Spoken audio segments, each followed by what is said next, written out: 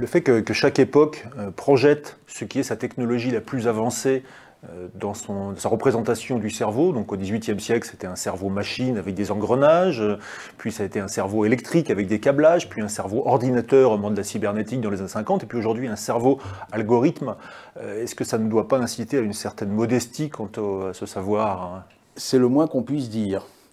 Parce que demain, on aura évidemment d'autres sciences, d'autres modèles, d'autres analyses, et l'algorithme sera peut-être là. Ce sont toujours des hypothèses intéressantes et heuristiques. C'est-à-dire qu'effectivement, heuristiques, c'est-à-dire qui permettent, disons, d'avancer dans le savoir, de faire des... C'est des hypothèses. Voilà. En gros, ce sont des hypothèses qui permettent d'avancer, et c'est intéressant. Mais il ne faut pas confondre l'hypothétique et le réel et le vrai.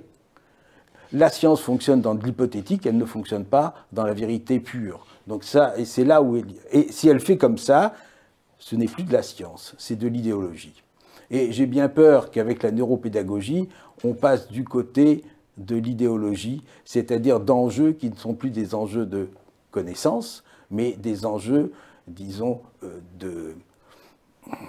un peu autoritaire et un peu, disons, oui, idéologique au sens strict du terme, c'est-à-dire qu'ils veulent prendre en main un certain mode de connaissance.